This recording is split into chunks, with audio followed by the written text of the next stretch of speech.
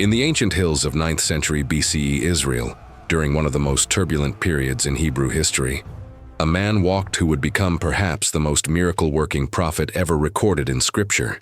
His name was Elisha ben Shaphat, and the biblical text attributes to him exactly twice the number of miracles performed by his legendary mentor, Elijah.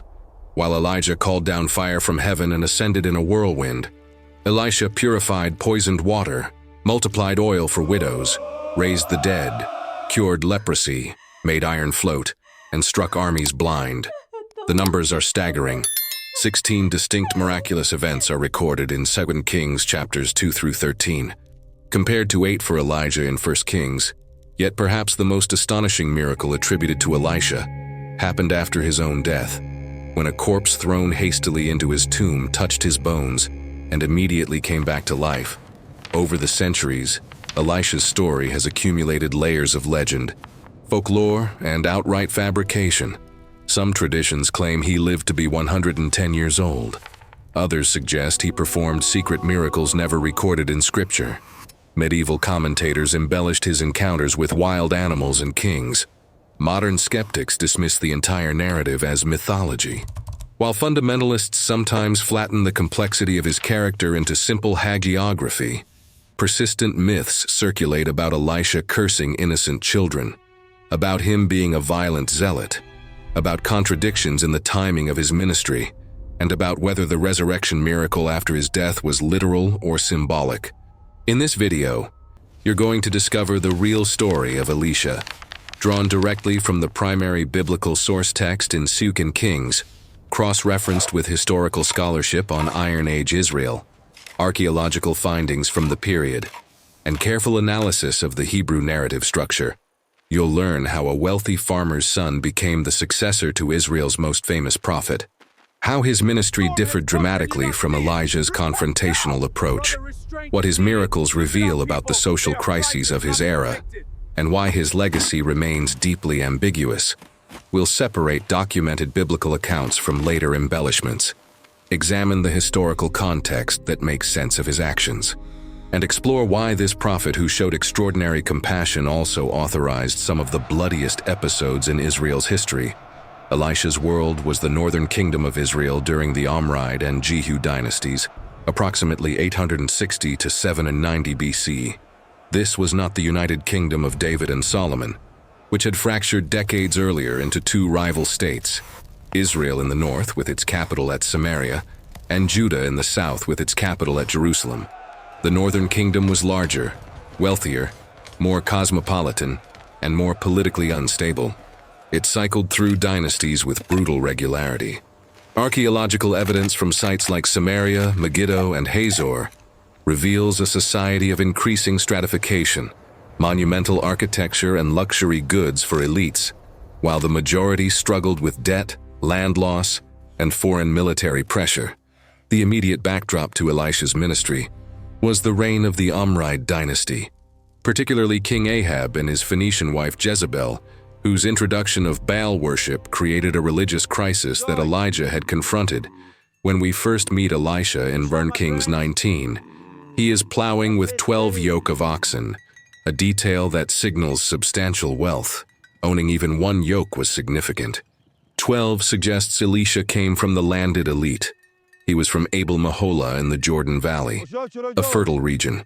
The prophet Elijah, fleeing from Jezebel and commanded by God to anoint his successor, finds Elisha in the field and throws his mantle over him, a symbolic gesture of prophetic transfer. Elisha's response is telling. He asks permission to kiss his parents goodbye, then slaughters the oxen, burns the plowing equipment to cook the meat, and feeds his community in a farewell feast. This is not impulsive fanaticism. It's a calculated, irreversible public statement. By destroying his means of production, Elisha burns his bridges with his former life. The wealthy farmer's son becomes a prophet's attendant, described in 2 Kings 3:11 as, "who used to pour water on the hands of Elijah," a phrase denoting personal service and apprenticeship. For roughly a decade, Elisha served Elijah, learning the prophetic tradition, traveling between the prophetic communities at Bethel, Jericho, and Gilgal. These were not isolated hermits. but organized groups called Sons of the Prophets. Communities of perhaps 50 to 100 men at each location who lived together, studied together, and occasionally performed prophetic actions under senior leadership. Archaeological remains at these sites show modest dwelling complexes from this period. Consistent with communal living, the transfer of authority came dramatically. In 2 Kings 2, Elijah and Elisha travel together on what both know is Elijah's final journey. 3 times the sons of the prophets ask Elisha, "Do you know that today the Lord will take your master from you?" 3 times Elisha silences them. "Yes, I know, keep silent." At the Jordan River, Elijah strikes the water with his rolled mantle and it parts. They cross on dry ground, echoing both Moses at the Red Sea and Joshua at this same Jordan. On the far side, Elijah asks what Elisha wants. The request is bold. "Please let me inherit a double portion of your spirit." This language is crucial. In Deuteronomy 21:17, the double portion refers to the inheritance right of the firstborn son, who received twice what other sons received. Elisha is asking not simply for power, but for recognition as Elijah's primary heir. The continuation of his prophetic line, Elijah's response is conditional. "If you see me when I am taken from you, it will be yours. Otherwise, it will not." Moments later, a chariot of fire and horses of fire separate them, and Elijah ascends to heaven in a whirlwind. Elisha sees it.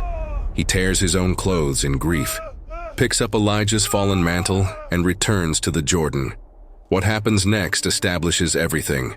Standing at the Jordan's edge, Elisha strikes the water with Elijah's mantle and cries out, "Where is the Lord, the God of Elijah?"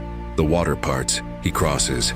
The 50 prophets watching from Jericho see this and declare, "The spirit of Elijah rests on Elisha." They bow to the ground before him.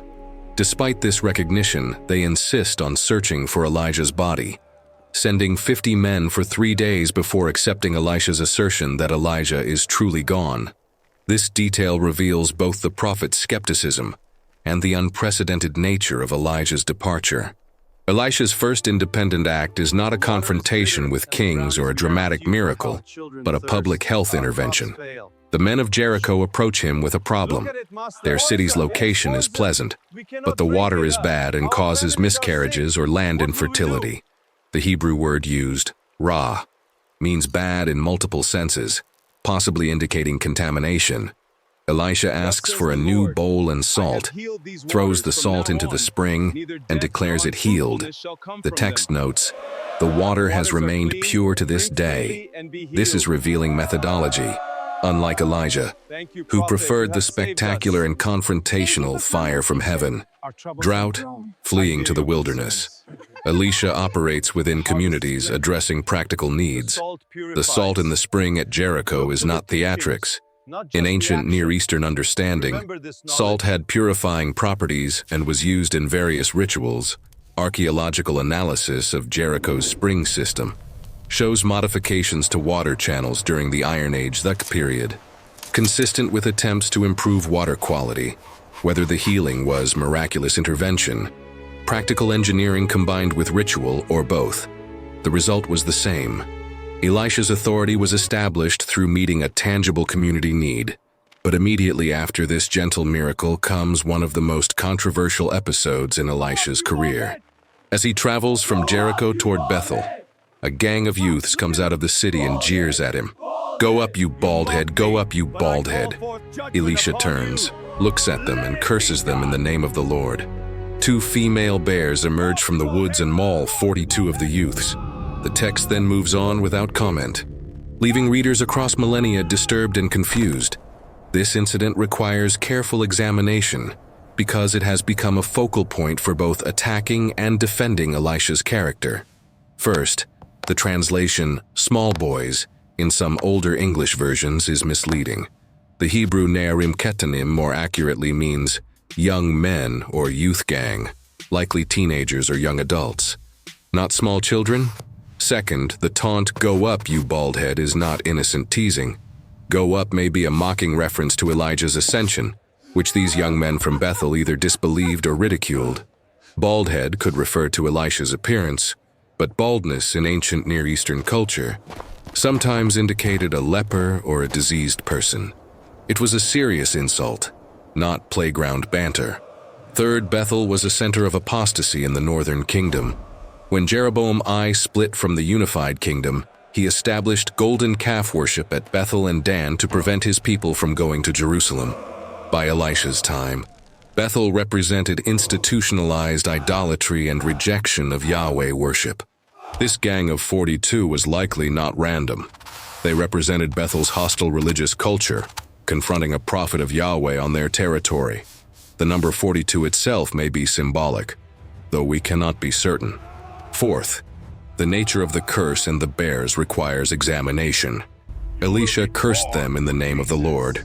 The causation is attributed to divine action, not Elisha's personal vindictiveness. The Hebrew indicates the bears tore or lacerated 42 of them, not necessarily killing all 42. The text doesn't say they died, though severe mauling by Syrian brown bears would certainly have been life-threatening from a narrative perspective. This violent episode establishes that Elisha, despite his generally compassionate ministry, operates under the same divine authority as Elijah, whose ministry included calling down fire to consume soldiers and orchestrating the execution of 450 prophets of Baal. The God of Israel in this period is portrayed as demanding exclusive loyalty and responding to mockery of his prophets with severity.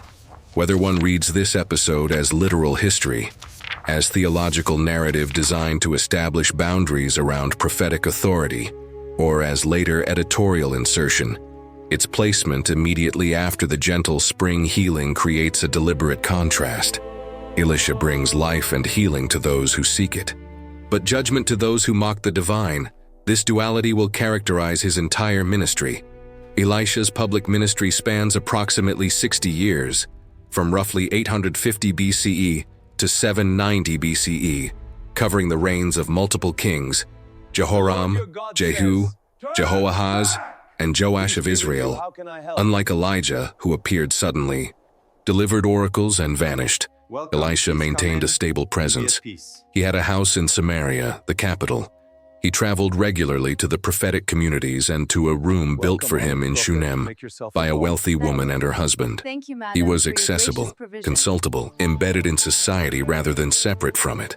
The miracles of Elisha's ministry cluster around several themes: provision for the poor, intervention in matters of life and death, assistance in military campaigns, and acts of healing. The widow whose creditor was about to take her 2 sons as slaves came to Elisha. He multiplied her small jar of oil until she had enough to sell, pay her debt, and live on the remainder. When the prophetic community at Gilgal faced famine and someone accidentally put poisonous gourds in the stew pot, Elisha threw in flour and neutralized the poison. When a prophet cutting wood for a new building dropped a borrowed iron axe head into the Jordan River, a catastrophic loss given iron's expense in this period, Elisha threw in a stick, made the iron float, and the man retrieved it. These are not spectacular miracles in the Elijah mode. They are practical interventions addressing debt slavery, food security, and economic loss. The daily crises of an increasingly stratified society where wealthy landowners accumulated property and poor farmers lost independence. Recent archaeological work at sites like Tel Rahav and Jezreel reveals exactly this pattern in 9th century Israel. Larger estates consolidating, storage facilities expanding for the elite, while evidence of household-level production decreases. But Elisha also operated at the level of national politics and military strategy. When the kings of Israel, Judah, and Edom formed a coalition to attack Moab, but found themselves without water in the desert, they consulted Elisha. He agreed to prophesy only out of respect for Jehoshaphat, king of Judah, declaring he wouldn't even look at Jehoram of Israel otherwise. He called for a musician, and as the music played, a detail suggesting prophetic practice involved entering an altered state through music, he prophesied water and victory. Both came to pass, though the Moabite king's sacrifice of his own son on the city wall created such horror that the coalition withdrew before complete conquest. Elisha's involvement in international politics reached its apex in the Aramean Wars. The kingdom of Aram, centered in Damascus, was Israel's primary military threat throughout this period. The biblical text records multiple episodes where Elisha provided intelligence to Israel's king, repeatedly warning him of Aramean positions and ambushes. The Aramean king, believing he had a spy in his court, was told by his servants that Elisha tells the king of Israel the very words you speak in your bedroom. The Aramean response was to send a large military force, horses, chariots, and a strong force by night, to surround Dothan, where Elisha was staying. When Elisha's servant woke and saw the army, he panicked.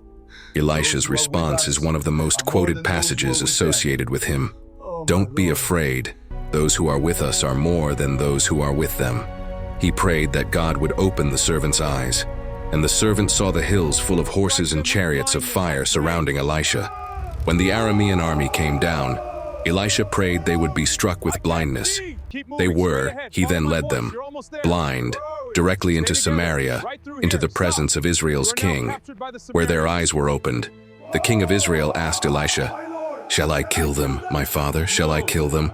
Elisha's response is striking. "Do not kill them. Would you kill those you have taken captive with your own sword or bow? Set food and water before them so that they may eat and drink, and then go back to their master." This is clemency, hospitality toward enemies, a kind of psychological warfare through magnanimity. The Aramean soldiers were fed and released. And the text notes that Aramean raiders stopped coming into Israel's territory for a time. This episode reveals Elisha's strategic sophistication, rather than simply neutralizing a military threat through miraculous means. He creates a situation that humiliates Aram's intelligence operations, demonstrates Israel's power, and then extends mercy that shames the enemy into temporary peace. It's statecraft combined with supernatural intervention, the work of a prophet who understands power dynamics, not just spiritual declarations. Yet this same strategic mind was involved in one of ancient Israel's bloodiest political upheavals. Earlier in his ministry, Elisha had sent one of the sons of the prophets to anoint Jehu, a military commander, as king over Israel with a specific mandate to destroy the house of Ahab and execute Jezebel in fulfillment of Elijah's prophecy. The young prophet found Jehu among his fellow commanders, took him into a private room, poured oil on his head, declared him king, and commanded him to strike down Ahab's household. Then the prophet fled, knowing what he had unleashed. Jehu's coup was swift and merciless. He killed King Jehoram of Israel, Ahaziah king of Judah who was visiting, and threw Jehoram's body onto the field of Naboth, the man Ahab and Jezebel had murdered for his vineyard years earlier. He rode into Jezreel, where Jezebel, hearing of her son's death, painted her eyes and arranged her hair, then taunted Jehu from a window. At Jehu's command, eunuchs threw her down. Her blood splattered on the wall and horses trampled her. When they went to bury her, dogs had eaten everything except her skull, feet, and palms, exactly as Elijah had prophesied decades before. But Jehu didn't stop with Jezebel. He systematically exterminated 70 sons of Ahab, displaying their heads in baskets at the city gate. He killed 42 relatives of Judah's king who were visiting. He invited all the worshippers of Baal to a great assembly, locked them inside the temple, and slaughtered them all, then destroyed the temple and turned it into a latrine. The numbers are staggering, easily over 150 members of the royal family and aristocracy, plus however many Baal worshippers existed in Samaria, possibly several hundred more. The biblical text presents this purge with profound ambivalence. On one hand, 2 Kings 10:30 records God's approval. "Because you have done well in accomplishing what is right in my eyes, and have done to the house of Ahab all I had in mind to do, your descendants will sit on the throne of Israel to the 4th generation." The Baal worship was eliminated. The Omride dynasty that had promoted it was destroyed. Elijah's prophecies were fulfilled. On the other hand, Hosea 1:4, written perhaps a century later, declares that God will punish Jehu's house for the massacre at Jezreel. Elisha's role in this cannot be avoided. He authorized the anointing that set the massacre in motion. The biblical narrative doesn't record Elisha expressing any regret, reservations, or limitations on Jehu's actions. Either Elisha believed the purge was necessary and justified, or he unleashed a force he could not control. or both? This raises the central moral tension of Elisha's ministry. How does a prophet who shows extraordinary compassion to widows, resurrects dead children, and feeds enemies also authorize dynastic extermination? The answer may lie in the prophetic worldview of covenant loyalty. From Elisha's perspective, formed in Elijah's school, Israel's covenant with Yahweh was exclusive and non-negotiable. The Omride promotion of Baal worship wasn't mere religious pluralism. It was covenant violation threatening Israel's identity and divine protection. The prophetic tradition, from Moses onward, included texts like Deuteronomy 13 that commanded the execution of those who led Israel into idolatry. Elisha may have seen Jehu's purge not as political murder, but as covenant enforcement. However horrific the body count, yet even granting this worldview, the contradiction remains jarring to modern readers, and evidently troubled later biblical writers like Hosea. Elisha embodies the tension between mercy and judgment, healing and violence, that runs through the entire prophetic tradition. He is neither simple saint nor simple villain, but a complex figure operating in a brutal political environment, with theological convictions that authorized extreme measures. The miracle most associated with Elisha's compassion is the resurrection of the Shunammite woman's son, an event that stands as the emotional and narrative peak of his ministry. A wealthy woman in Shunem noticed Elisha passing by regularly and convinced her husband to build a small room on their roof, a chamber with a bed, table, chair, and lamp, where Elisha could stay when traveling through. This was significant hospitality, a permanent guest room for a prophet. Elisha wanted to repay her kindness and asked through his servant Gehazi what could be done for her. Gehazi observed that she had no son, and her husband was old. Elisha called her and told her that within a year, she would hold a son. Her response reveals past disappointment. "No, my lord. Man of God, do not mislead your servant." The promise seemed too good, too painful to hope for, but the child was born. Just as Elisha had said, the boy grew. Then one day, while out in the field with his father during harvest, the child cried out, "My head! My head!" A servant carried him to his mother, and by midday the boy died on her lap. The woman's response is remarkable for its controlled urgency. She laid the body on Elisha's bed in the guest room, shut the door, and left without telling anyone the child was dead. She asked her husband for a donkey and a servant to go to Elisha. When her husband questioned why she was going, it wasn't a new moon or Sabbath. She simply said, "It will be all right." She rode 25 kilometers to Mount Carmel, where Elisha was, refused to explain her crisis to Gehazi, and when she reached Elisha, grabbed his feet and said, "Did I ask you for a son, my lord? Did I not say, 'Don't raise my hopes'?" Elisha immediately understood. He sent Gehazi ahead with his staff, instructing him to lay it on the child's face and speak to no one on the way. But the mother refused to leave Elisha. "As surely as the Lord lives and as you live, I will not leave you." So Elisha went. Gehazi reached the child first, laid the staff on the face, but there was no response, no sound or sign of attention. When Elisha arrived, he found the child dead on his bed. He went in alone, shut the door, and prayed. Then he lay upon the child, mouth to mouth, eyes to eyes, hands to hands, stretching himself out on the small body. The child's flesh grew warm. Elisha got up, walked back and forth in the room, then stretched himself upon the child again. The boy sneezed 7 times and opened his eyes. Elisha called the mother. She fell at his feet, overwhelmed, then picked up her son and left. This scene is narrated with unusual detail and physical specificity. The mouth-to-mouth contact has led some commentators to suggest an ancient form of resuscitation, though the text clearly attributes the resurrection to divine power through Elisha's prophetic intercession. The 7 sneezes may be symbolic, 7 representing completion or perfection, or may describe actual physical response. What's undeniable is the intimacy of the miracle. Elisha physically embracing the dead child, warming the cold body with his own heat, persisting through prayer and physical contact until life returns. This is Elisha, at his most human and compassionate, risking ritual impurity by touching a corpse, investing physical effort and emotional intensity in reversing death for a woman who had shown him kindness. The narrative places no theological conditions on the miracle, no test of faith, no public declaration, no payment or sacrifice. It is grace responding to grief, power employed for restoration. The prophet is healer rather than judge. The fame from miracles like the Shunammite resurrection spread beyond Israel's borders. Naaman, commander of the Aramean army, Israel's enemy, heard that a prophet in Samaria could heal leprosy. The biblical text notes that Naaman was a great man in the sight of his master and highly regarded, because through him the Lord had given victory to Aram. This is a stunning theological claim.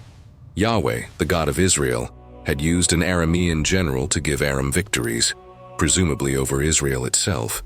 It suggests a view of divine sovereignty that transcends national boundaries, where even Israel's enemies can be instruments of God's purposes. Naaman arrived in Samaria with an enormous entourage, horses, chariots, and gifts worth a fortune. 10 talents of silver, 6,000 shekels of gold, and 10 sets of clothing. A talent of silver weighed approximately 34 kilograms. 10 talents would be roughly 340 kilograms of silver. This was staggering wealth, probably equivalent to decades of income for an ordinary person. Naaman expected a reception matching his status and payment. Instead, Elisha didn't even come out to meet him. He sent a messenger with instructions. Go wash yourself 7 times in the Jordan, and your flesh will be restored and you will be cleansed. Naaman was furious. He had expected the prophet to come out, stand before him, call on the name of Yahweh, wave his hand over the diseased area, and cure the leprosy with proper ceremony. Instead, he received orders to bathe in Israel's muddy Jordan, when Aram had better rivers, the Abana and Pharpar, back home. He turned away in rage. His servants, showing more wisdom than their master, reasoned with him. If the prophet had told you to do some great thing, would you not have done it? How much more then when he tells you, wash and be cleansed? Naaman relented, went down to the Jordan, dipped 7 times, and his flesh was restored, becoming like that of a young boy. Naaman returned to Elisha, stood before him, and declared, Now I know that there is no God in all the world except in Israel. He offered the payment.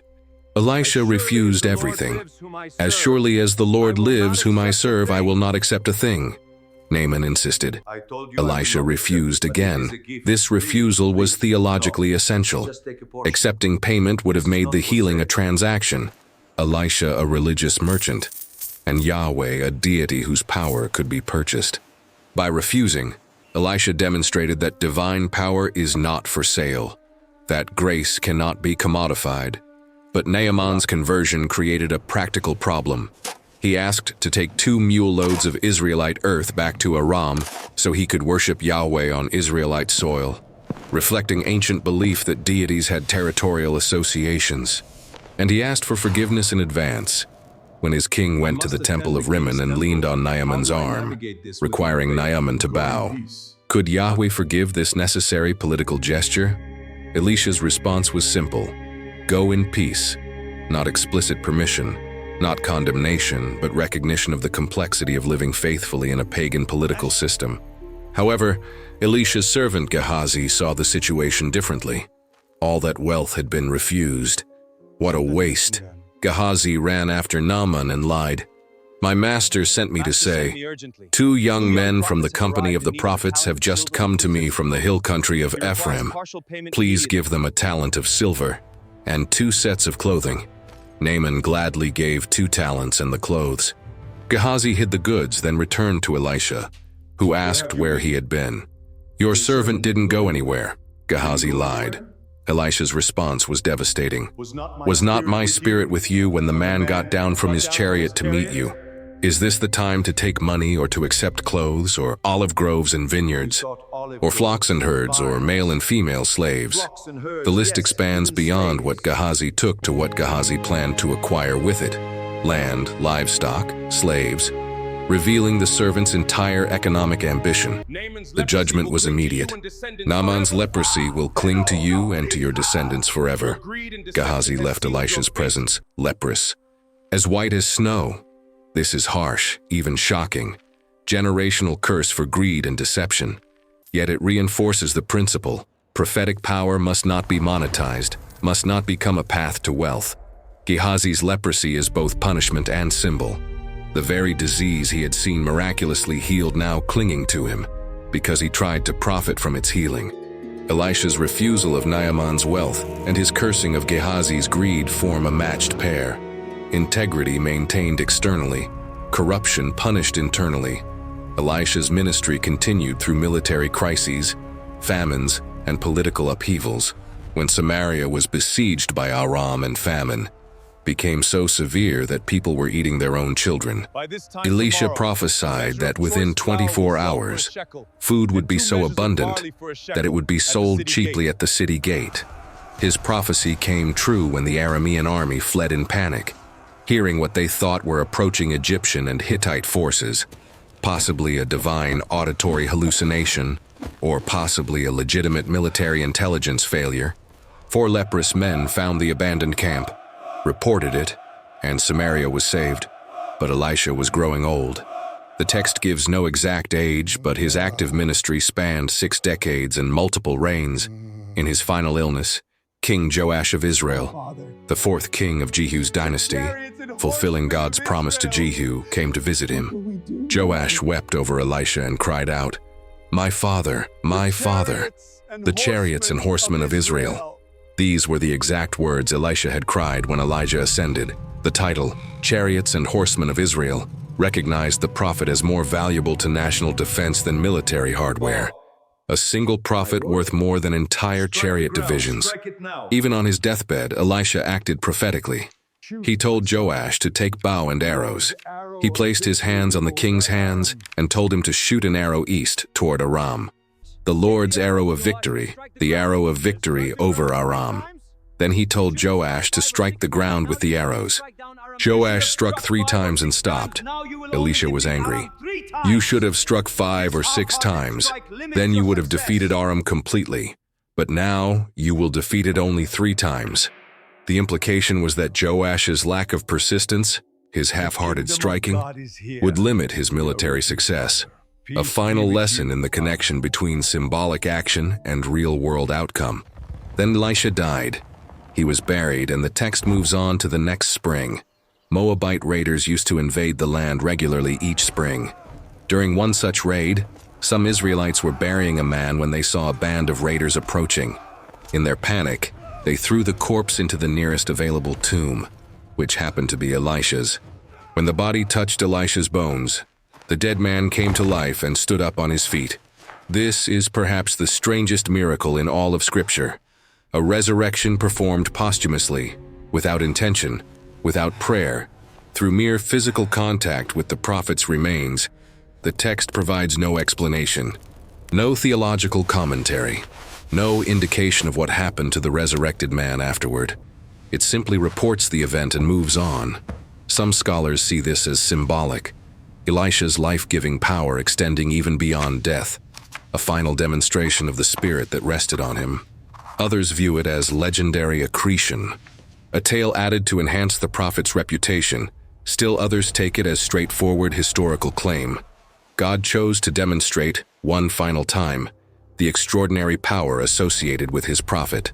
Regardless of interpretation, the placement of this miracle is narratively significant. It occurs after Elisha's death. When his prophetic career is complete and can be assessed, it's the bookend to his ministry of life-giving. From multiplying oil and food, to raising the Shunammite's son, to healing Naaman's flesh, to this final unintentional resurrection. Even dead, Elisha gives life. It's the ultimate statement of his enduring legacy. But that legacy is deeply complex. Elisha was a prophet of extraordinary compassion, who fed the hungry, helped the indebted, healed the diseased, and raised the dead. He was also a prophet who authorized bloody political purges, cursed mockers to death by bears, struck his servant with generational leprosy, and supported the violent overthrow of dynasties. He performed practical miracles addressing economic injustice and social crisis. He also provided military intelligence, supported wars, and enabled the slaughter of religious opponents. How do we reconcile these contradictions? Perhaps we shouldn't try to erase them. Elisha lived in a brutal, unstable period where prophetic ministry meant political engagement, where covenant loyalty sometimes demanded violence, where compassion and judgment were not opposites but paired responses to different situations. The biblical text itself presents Elisha without sanitizing, showing both his extraordinary power to heal and his willingness to authorize destruction. The same hands that stretched out on a dead child to bring warmth and life also anointed the man who would exterminate a royal house. Now we must separate what the biblical text actually claims from what legend, tradition, and misunderstanding have added first. The claim that Elisha performed twice as many miracles as Elijah. This is supported by careful counting in the text. 16 distinct miraculous events for Elisha versus 8 for Elijah. But the significance of this doubling is interpretive, possibly connecting to Elisha's request for a double portion of Elijah's spirit. Second, the incident with the bears and the youths. The text does not say they were small children, does not say all 42 died, and contextualizes the event within a hostile environment in apostate Bethel. This doesn't justify the violence to modern sensibilities, but it corrects the myth of Elisha, randomly killing innocent children for teasing his baldness. Third, Elisha's age at death. The Bible never states how old he was. Medieval Jewish tradition claimed 110 based on numerological parallels with Joseph. But this is speculation, not biblical data. He likely lived into his 70s or 80s based on his 60-year ministry span. Fourth, the resurrection after death. The text reports it without embellishment or explanation. There are no later elaborations about the resurrected man's identity, what he did afterward, or whether he stayed alive. The restraint of the account argues against it being legendary accretion, which typically adds detail. Whether one accepts it as historical miracle, symbolic narrative, or uncertain tradition, depends on one's broader framework for interpreting biblical miracle accounts. Fifth, Elisha's relationship with political power. He was neither a court prophet, rubber-stamping royal decisions, nor a detached critic shouting from the wilderness. He was embedded advisor, military consultant, kingmaker, and occasional confronter. A complex political role that doesn't fit simple categories of prophet versus power. Sixth, the extent of Elisha's violence. He authorized Jehu's anointing, but the text never says he commanded the extent of the massacre. He cursed the Bethel youths, but didn't personally kill anyone. He cursed Gehazi, but healed Israel's enemies. The violence associated with Elisha is real, but must be carefully distinguished between his direct actions, his authorizations, and the broader violent context of 9th century Israel. What can we know with confidence? That a prophet named Elisha succeeded Elijah in the mid-9th century BCE, that he headed prophetic communities at Bethel, Jericho, and Gilgal, that he was involved in the Jehu coup that overthrew the Omride dynasty, that traditions of remarkable miracles clustered around his memory, particularly miracles of provision and healing, that he was remembered as both compassionate healer and enabler of political violence, that his ministry lasted decades and influenced multiple kings, that his tomb was known and became associated with life-giving power. What remains uncertain or debated? The literal historicity of each miracle account versus their function as theological narrative. The extent of later editorial shaping of the Elisha stories, whether the double resurrection accounts of the Shunammite's son and the man who touched his bones are historical events, symbolic narratives about prophetic power, or some combination. The precise relationship between Elisha's prophetic communities and political authority, how Elisha himself understood the moral tensions of his ministry, if he even recognized them as tensions. Elisha's legacy in religious tradition has been mixed. In Jewish tradition, he is honored as one of the greatest prophets, second only to Moses in miracle working, with the Talmud discussing his methods and meaning. In Christian interpretation, his miracles prefigure Jesus, multiplying food, raising the dead, healing the sick, yet his violence is typically downplayed or allegorized. In Islamic tradition, he appears as Al-Yasa, a righteous prophet who guided his people, though with fewer specific details than in biblical text. In secular historical scholarship, he is seen as evidence of organized prophetic movements in Iron Age Israel that combined religious, political, and social reform functions. Perhaps Elisha's greatest significance is as a mirror for the complexities of religious leadership in crisis. He embodied both the heights of compassionate service, literally lying on a dead child to bring him back to life, and the depths of violent zeal, authorizing the slaughter that fulfilled his mentor's prophecies. He refused wealth when healing his nation's enemy, but cursed his servant for taking it. He fed enemies with grace, but struck mockers with judgment. He worked miracles of multiplication when there wasn't enough, and miracles of purification when there was contamination. He was, in short, deeply human, shaped by his brutal historical context, his theological convictions, his prophetic calling, and his personal choices. The biblical text preserves him in all this complexity, rather than reducing him to simple saint or villain. That preservation itself is remarkable, suggesting that the ancient editors valued truthful portrayal over hagiography, moral ambiguity over simple lessons. As you think about Elisha's story, the miracles and the violence, the compassion and the judgment, the life given and the death authorized, what strikes you most? Do you see him primarily as healer or as warrior?